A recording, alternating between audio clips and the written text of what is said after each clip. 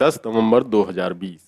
नोटबंदी के बाद प्रधानमंत्री मोदी ने देश से 50 दिन मांगे थे। 50 की बजाय अब तो 4 साल बीत चुके हैं, पर हालात जस के तस बने हुए हैं।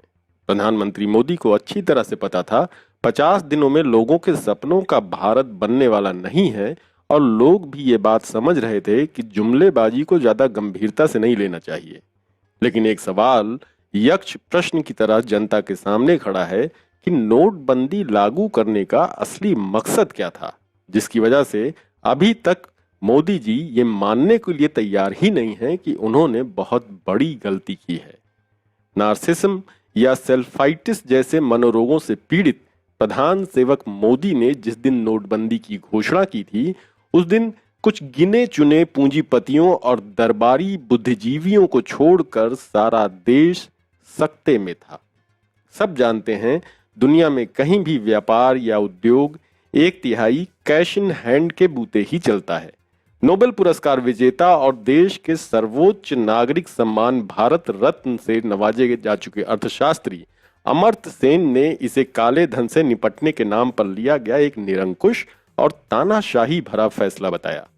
समाज में जो कुछ भी घट रहा है, उसके पीछे आर्थिक शक्तियां हुआ करती हैं। अपने समय के सबसे प्रभावशाली अर्थशास्त्री अल्फ्रेड मार्शल की सिर्फ इसी बात पर यकीन करें तो सवाल उठता है कि नोटबंदी के इस मास्टर स्ट्रोक के पीछे भी वो कौन सी आर्थिक शक्तियां थीं।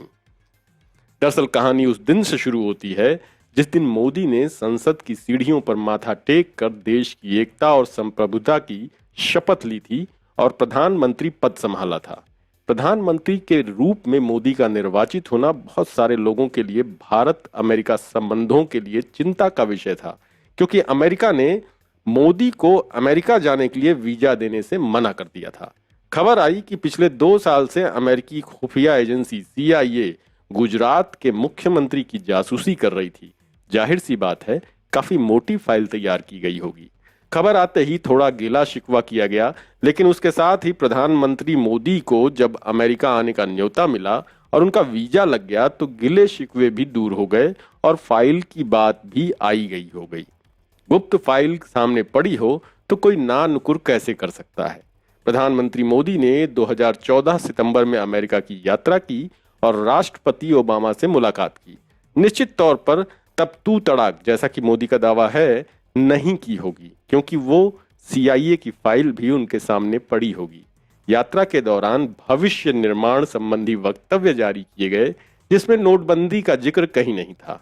प्रधानमंत्री मोदी ने राष्ट्रपति ओबामा को जाऊं छूं आऊ जे कहा और भारत आने का निमंत्रण देकर के वापस लौट आए। इस यात्रा के बाद 25 से 27 जनवरी 2015 भारत के गणतंत्र दिवस के पावन अवसर पर आयोजित परेड के मुख्य अतिथि के रूप में राष्ट्रपति ओबामा भारत पधारे। भारत के इस दौरे पर राष्ट्रपति ओबामा भारत के प्रधानमंत्री मोदी ने एक रणनीतिक भागीदारी की घोषणा की थी, जिसे विदेश नीति के तहत सर्वोच्च प्राथमिकता दी जाने की बात की गई थी, और इस भागीदारी का मकसद भारतीय अर्थव्यवस्था को केंद्रीकृत करना भी था, जिसकी प्राप्ति नोटबंदी से लेस कैश प्रणाली द्वारा ही की जा सकती थी।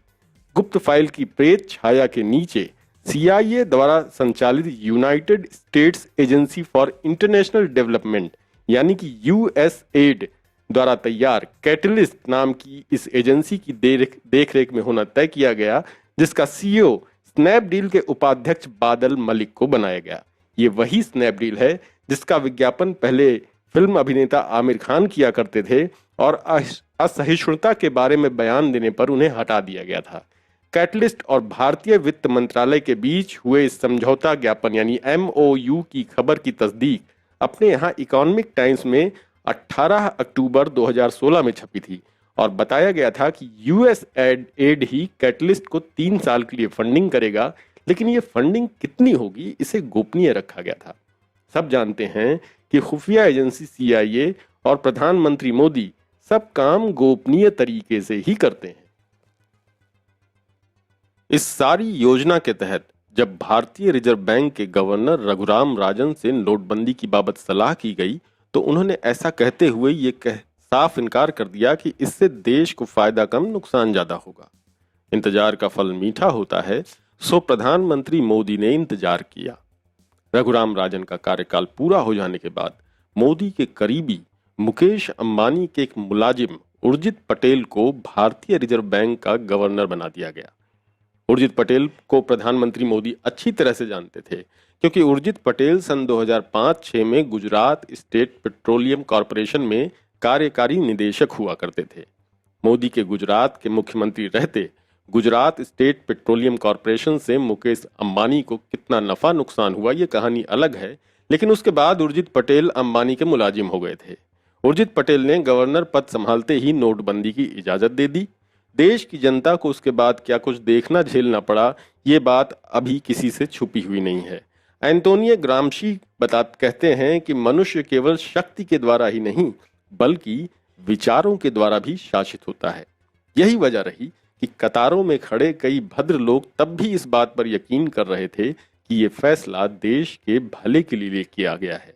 कुछ एक का मानना था कि फैसला तो ठीक है लेकिन जल्दी कर गए, पहले करेंसी का बंदोबस्त कर लेना चाहिए था, मतलब जितने मुंह उतनी बातें। लेकिन बात खुलकर तब सामने आई जब पिछले दिनों प्रख्यात जर्मन अर्थशास्त्री और व्यापार पत्रकारिता से जुड़े नॉर्बर्ट हेरिंग ने यह खुलासा किया कि ये कदम अमेरिका के राष्ट्रपति ओबामा के कहने पर उठाया गया और इसकी तैयारी और पैसा अमेरिकी agency United States agency for international development यानी यूएसएड ने दिया था। Centre for research on globalisation के शोधकर्ता कॉलिन टॉड हंटर ने भी इस फैसले को मेड इन अमेरिका बताते हुए ये बात सामने रखी कि इसके लिए सारी तैयारी यूएसएड ने भारतीय वित्त मंत्रालय के साथ मिलकर की थी। कैश के विरुद्ध भागीदारी के नाम पर हुए इस समझौते को सरसरी निगाह से देखने में यही समझ में आता है कि कैटलिस्ट का काम कैशलेस भारत को डिजिटल इंडिया बनाने में मदद करना है और पूरी अर्थव्यवस्था की स्केलिंग करना भर है। लेकिन व्यवहारिक नजरिए से देखें तो कैटलिस्ट नाम की ये संस्था भारत की पूरी आर्थिक प्रबंध की नेटवर्किंग के अंदर घुसकर न सिर्फ भारत की एक एक पाई का हिसाब रख रही है बल्कि अमेरिका को भारत का आर्थिक भविष्य डिजाइन करने में भी मदद कर रही है।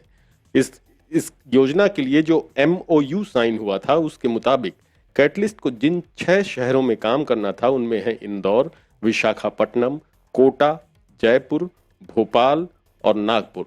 नागपुर वही है जहां RSS का हेडक्वार्टर है। एक बार फिर साबित हुआ कि इतिहास अपने को दोहराता है।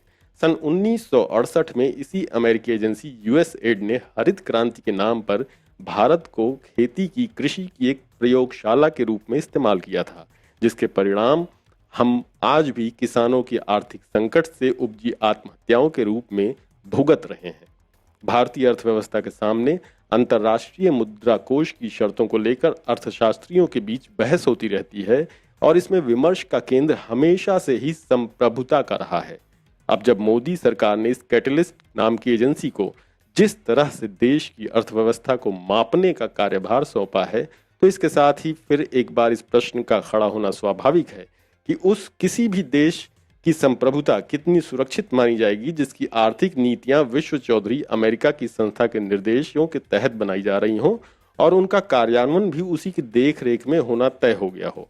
इसका एक उदाहरण तो तभी सामने आ गया था जब ट्रंप ने अपने परम मित्र मोदी को चेतावनी दी थी कि आप अपनी दवाइयां बहुत सस्ती बेच रहे हैं।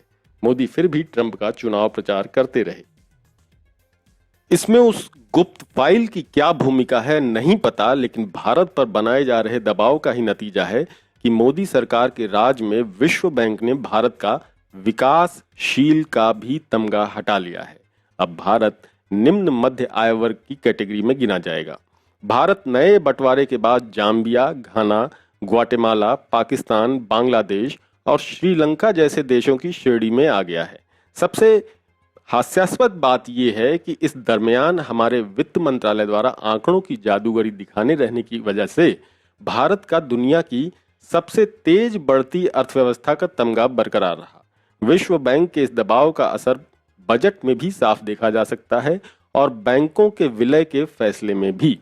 किसी भी देश पर पिछले दरवाजे से किस तरह से कब्जा किया जाता है, कैसे तख्ता पलट किया जाता है, कैसे विभिन्न देशों के सत्ताधारियों को ब्लैकमेल किया जाता है और नहीं मानने पर राष्ट्रपति और प्रधानमंत्री तक कत्ल कर दिए जाते हैं, ये बात जॉन पार्किंस अपनी किताब confessions of a economic hitman में कर चुके हैं।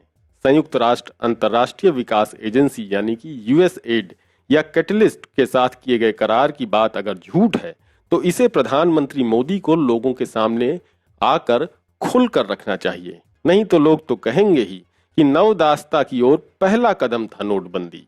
लोग तो कहेंगे ही कि देश की आजादी और संप्रभुता का सौदा है नोटबंदी।